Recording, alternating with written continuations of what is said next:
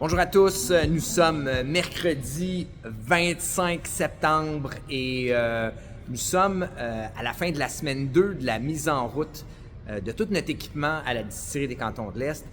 Vraiment content du progrès qu'on a fait dans les 2 dernières semaines.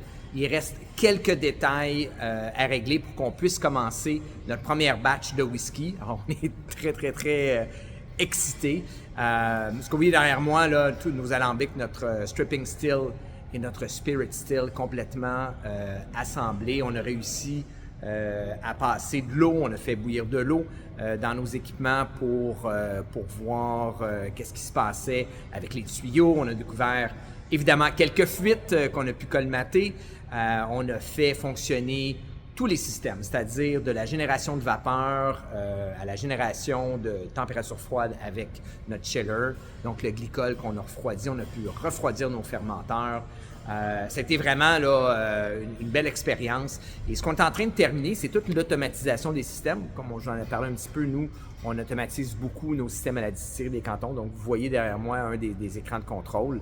Je vais vous montrer d'un petit peu plus près. Alors ça, c'est un exemple pour notre alambic, ce qu'on appelle notre Spirit Still de 3000 litres, qui lui est complètement automatisé. On peut lire la pression, on peut lire les températures, on peut lire le débit de vapeur, le débit de liquide. Donc l'objectif est vraiment d'automatiser le système pour être capable de vraiment produire des recettes consistantes année après année. Tout autour de moi, on a tout testé ça aussi. Donc, à ma droite, le mash tun, l'Otterton, tous les réservoirs d'eau, donc les remplir, faire circuler l'eau, envoyer ça dans nos fermenteurs par la suite. Ce qu'on est en train de terminer maintenant, c'est notre système de nettoyage, ce qu'on appelle CIP.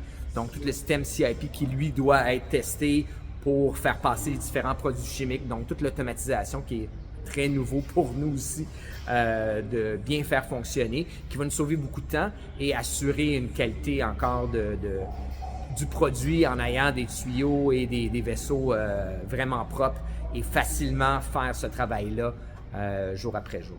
Donc, on a bien hâte de commencer à distiller. Ce qui se passe en parallèle aussi, on a notre chai qui était un peu retardé. On a de la pluie aujourd'hui, on était supposé de couler du béton sur notre dalle.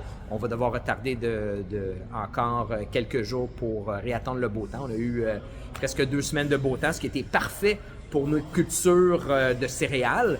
On a planté cette année un cultivar différent au niveau de l'orge. Donc, c'est de l'orge d'automne. Donc, on a nos champs qui sont plantés avec l'orge d'automne et ça a vraiment bien poussé. On a déjà 2 à 3 pouces sur nos plants.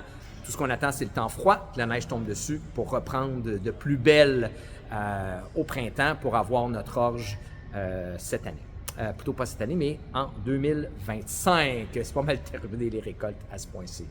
Donc, c'est notre bilan de notre semaine 2 de mise en route. On se redonne des nouvelles dans quelques semaines avec, si tout va bien, notre première distillation de whisky à la distillerie des Cantons de l'Est. Suivez-nous!